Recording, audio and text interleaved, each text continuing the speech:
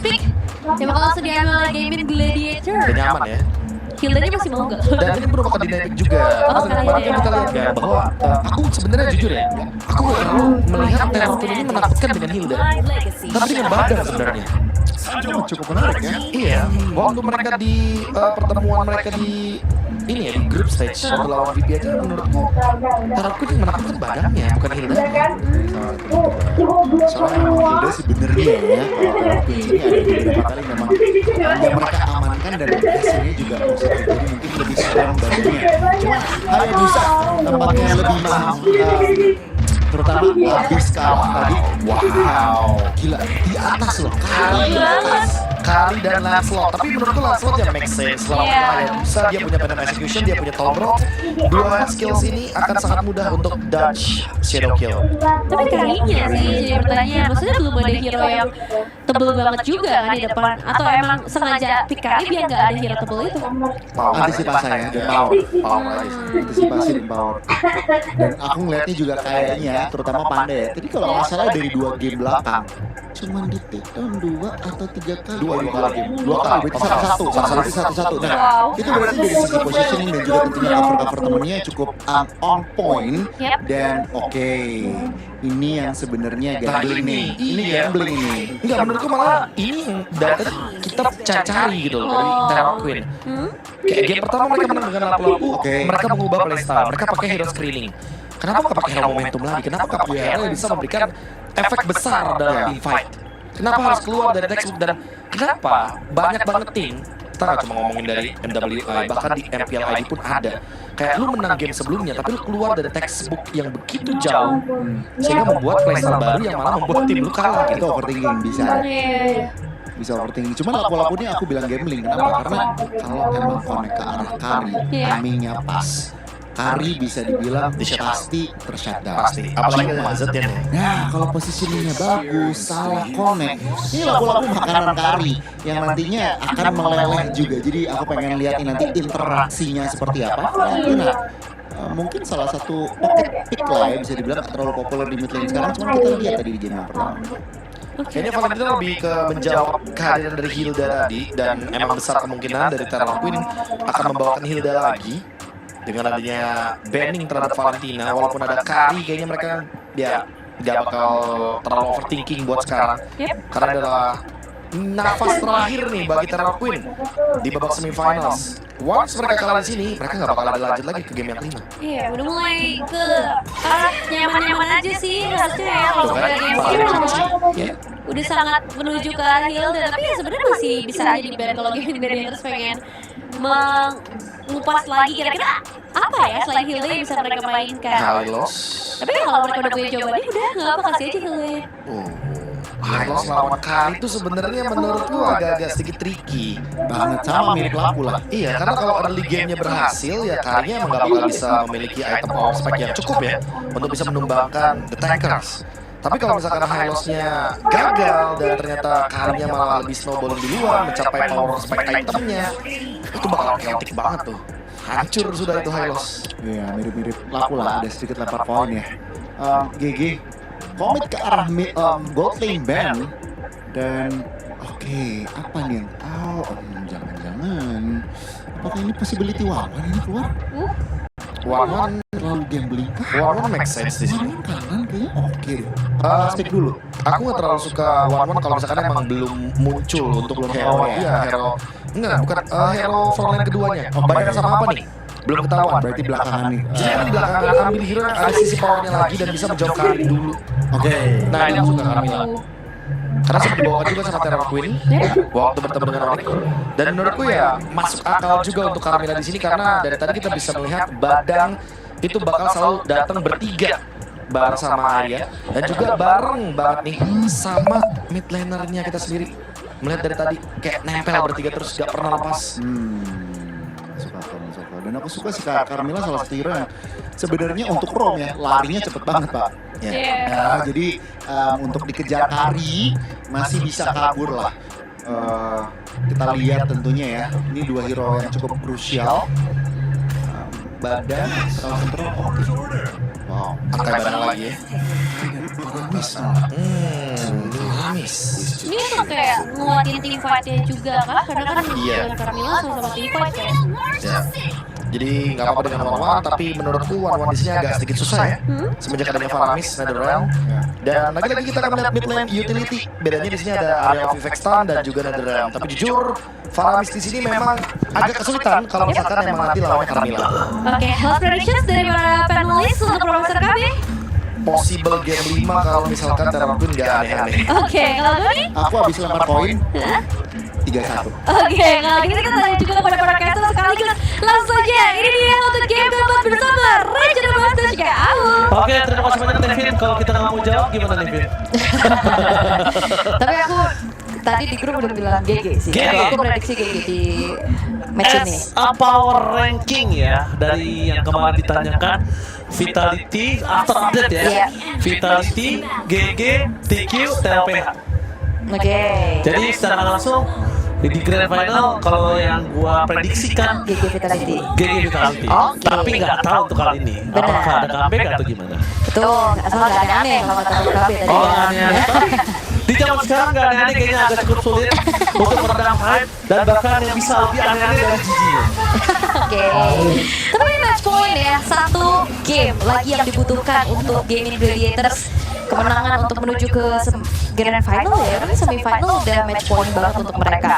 Kembali lagi dengan menunjukkan bagaimana Lancelot dengan adanya Hayabusa yang diambil loh, terjadi keramaian. Oh, tapi nampaknya Ashley dengan kondisi yang tidak memiliki fist break, dia memilih untuk mundur. Ya. Wise decision. Ya, dan juga ngelihat dari landingnya Panda agak sedikit struggle ya, karena memang pagi-pagi Cikoshi udah langsung pakai inspire-nya nih buat landing dan ngebuat dari Pandanya sedikit membuang waktu Nicolas.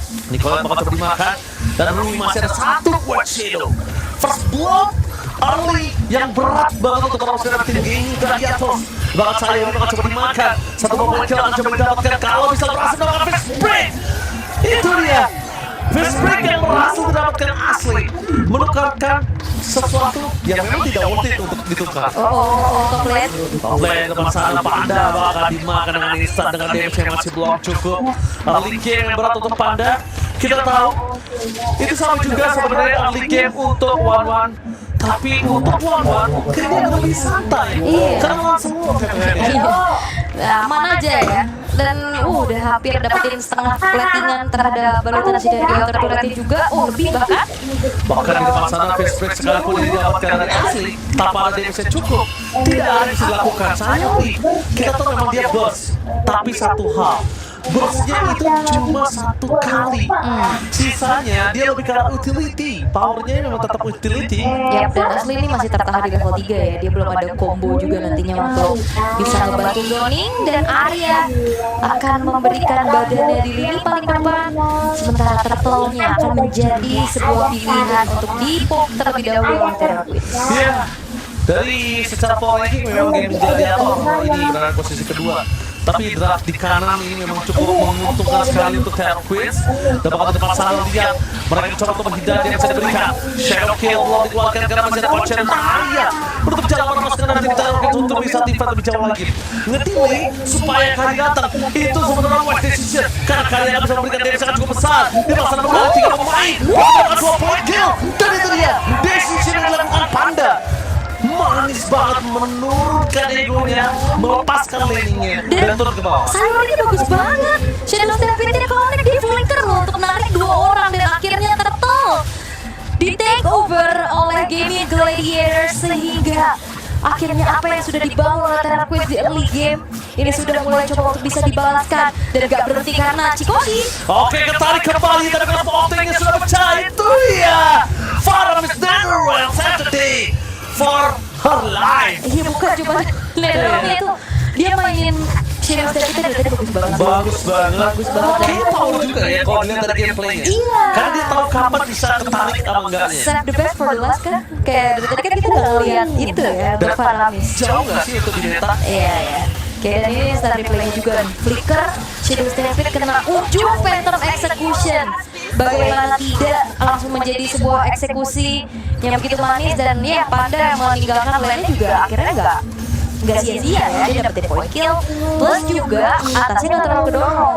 Jujur aja ya, decisionnya Panda itu sebenarnya berat. Oke. Kenapa berat? Dia ngelepasin landingnya, tapi dia sadar Warlord ini nggak secepat itu kok claim minion. Warlord ini masih punya waktu. Jadi dengan adanya arus sungai, dan ini yang selalu diberitakan oleh Profesor KB, banyak god laner yang nggak sadar arus sungai itu seperti itu loh. Membantu banget ya. Membantu banget untuk bisa team fight. Walaupun dia hero late game, in the end of the day ada damage tambahan. Jadi kondisinya tetap menang jumlah. Yep. Biasanya kan ada yang brawl aja biasa delaying gitu kan. Tapi ya dengan tadi turtle dengan update point kill juga ini ngebuat adanya ganking tadi ke arah Panda. Dia recall, dia dapetin point-nya juga setelah ada Rui yang bantu. Akhirnya dia unggul level di atas dari Chikoshi-nya.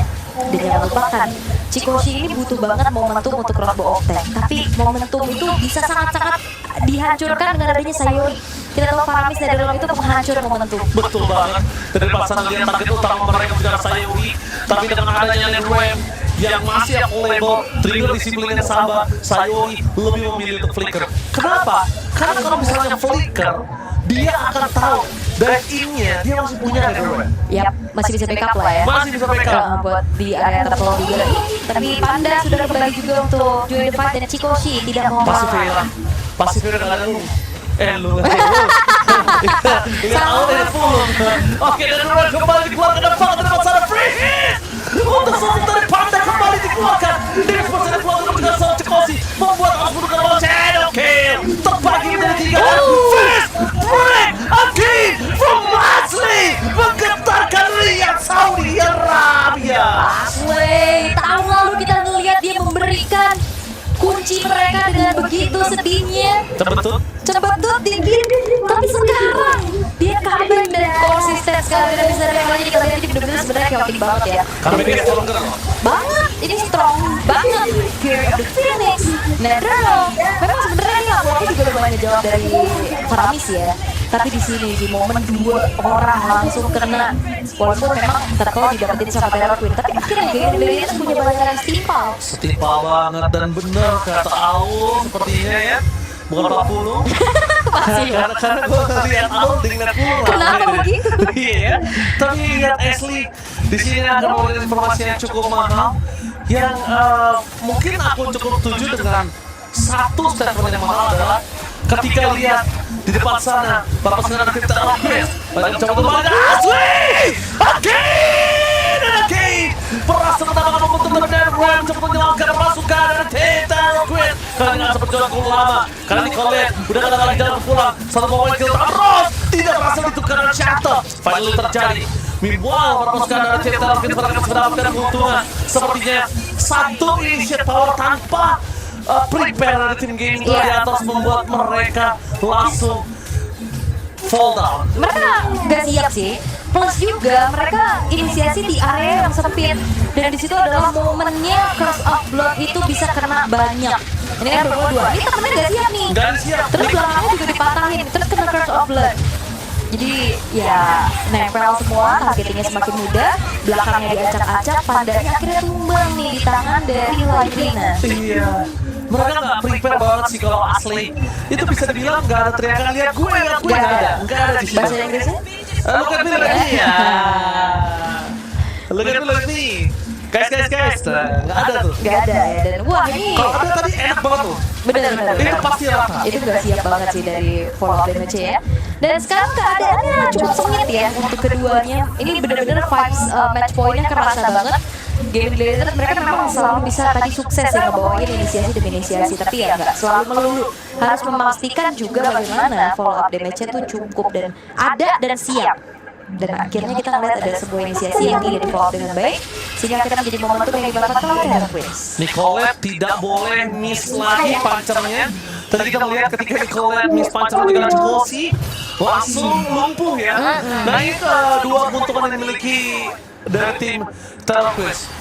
Ada Hayabusa menuju ke arah Panda dan mereka juga punya sosok dari Lunalin untuk area Vivek. Oh, di komit kan? Dan bakal coba di-commit untuk ke belakang informasi telah dapatkan itu dia Lagrina dengan flicker retribution. What the steal from Nicolette. Berhasil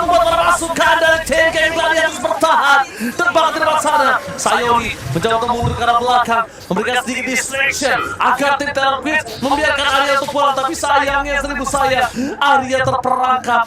Apakah ada jalan pulang Arya? Karena untuk dijemput oleh Nicole-nya akan cukup sulit. Mungkin buy time is the best decision. Iya, walaupun in the end ya harus tumbang juga dari recall yang hampir saja bisa diselesaikan oleh Arya.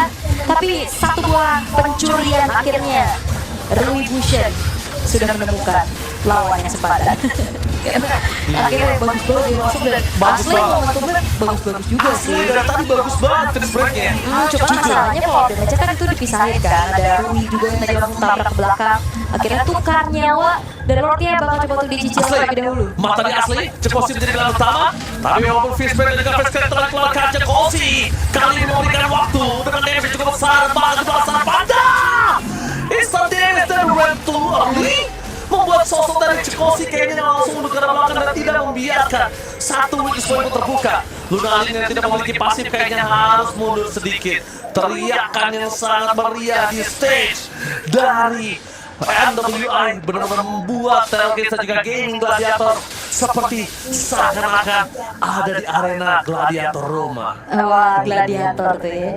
Aduh, gladiator tuh benar. Tapi Sayori, sebuah glowing one sudah selesai setelah Enchanted Talisman juga. Trinity attack speed dari pandanya juga udah selesai. Menuju ke arah sebuah radiant armor. Tapi ini Shadow Kill hanya untuk waktu yang saja ternyata. Tapi turretnya tetap hancur. Tapi sayang ya, kita bisa lihat kalau misalnya memang outer turret tadi sekalipun hancur, sepertinya agak lebih direlakan dibandingkan bottom lane-nya.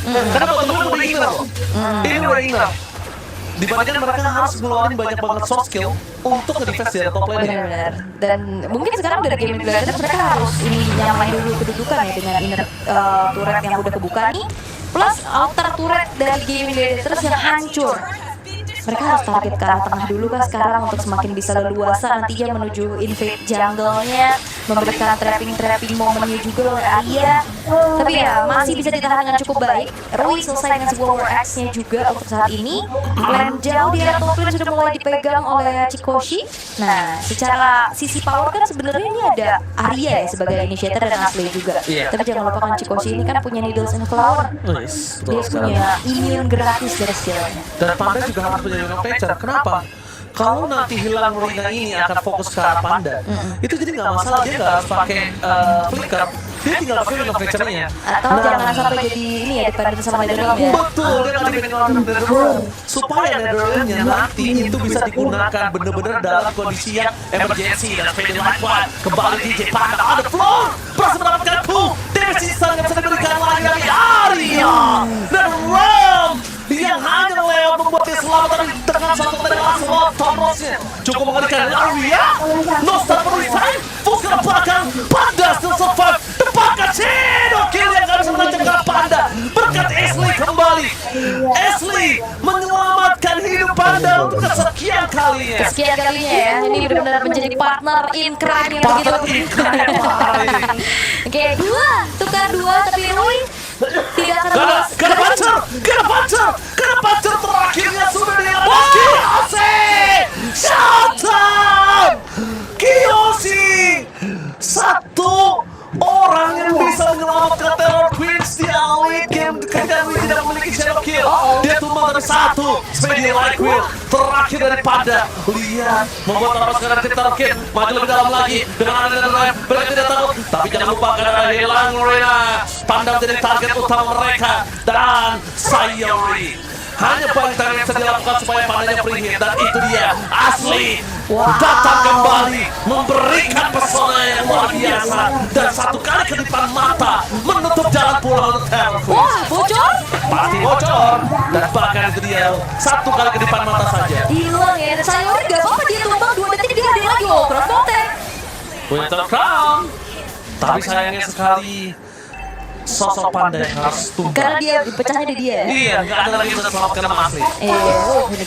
Kalau kata kita lagi, karena kita di luar kuasa gua. Oh ya, saya sudah melakukan yang terbaik gitu ya. Oke, karena ada Winter Crown juga sebenarnya memang buat Asley untuk bisa membuat Crossbow of Tank ini tidak ngerembet, tapi sayangnya pecahnya di Panda juga sampai akhirnya pada hilang. Tapi momentum demi momentum nih Asley yang saling bahu membahu juga Panda yang memang dia cukup menjaga posisinya di paling belakang. Entahlah itu bisa di backup atau Asley ataukah di backup juga sama Sayuri. Pokoknya Netherlands siap, Freeze Break siap. Tapi di sini Pandanya juga mau adu pukul kayaknya. Kalau tadi dia nggak sambil mundur kan, dia mau nyari efek light kill-nya juga, dia mau maju lagi. Tapi ternyata Win of Nature tidak ready. Pede dia soalnya. Pede sebelum satu witness point menurut dia pecah.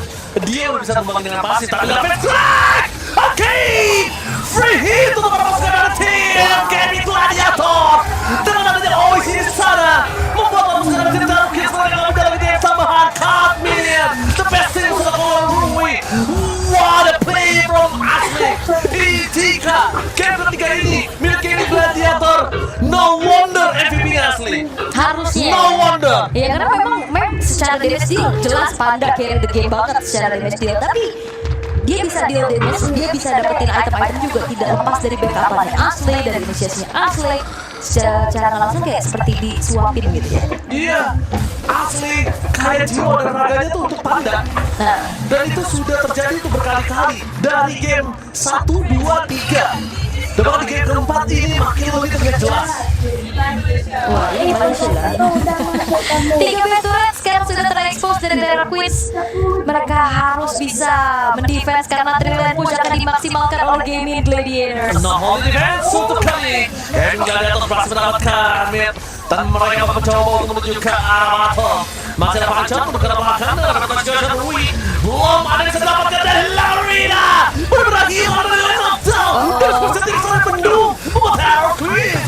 Kali ini mereka masih punya nafas, tapi jangan lupakan dengan Sayuri yang berkali-kali berada di sisi para pasukan dari tim Terra Queens. Kali ini setidaknya ada pertukaran 1, 2 point kill yang mereka coba sedikit demi sedikit mereka kumpulkan untuk bisa bounce back di game kali ini. Iya, sebuah keputusan yang berani banget ya dari dulu. Surprise! Seperti cool! Instant kill! Menunjukkan seorang Hayabusa dan Lord! Way to run it down! Casey Win! Nature Saturday! What a play! Outplay! Ter-outplay from Panda! Kena tipu ternyata. Kirain pulang gak taunya ditungguin dan misalkan 2 poin saja. Fokus ke RPS, tapi dengan ada clearing yang dilakukan, tapi mereka tidak lupakan ada top lane. Cutmin yang di arah mid berhasil mereka lakukan. Fokus ke arah Panda, dia bisa diberikan, pasti tidak aman untuk mengalih, tapi fokusnya ke